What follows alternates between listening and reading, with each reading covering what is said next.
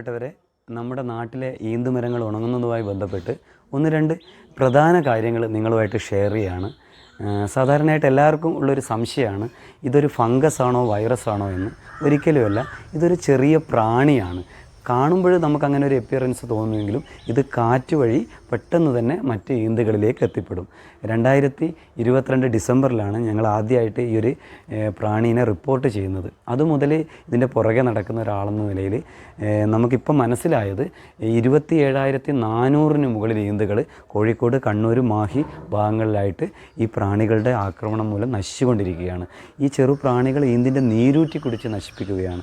അപ്പോൾ നമുക്ക് ഇതിൽ പ്രധാനമായിട്ട് ചെയ്യാൻ പറ്റുന്നൊരു കാര്യമെന്ന് പറഞ്ഞാൽ, പലരും ചില പ്രദേശങ്ങളിൽ മാത്രമായി, ചില പഞ്ചായത്തുകളിൽ മാത്രമായി നമ്മൾ പ്രതിരോധ പ്രവർത്തനം നടത്തിയതുകൊണ്ട് കാര്യമില്ല.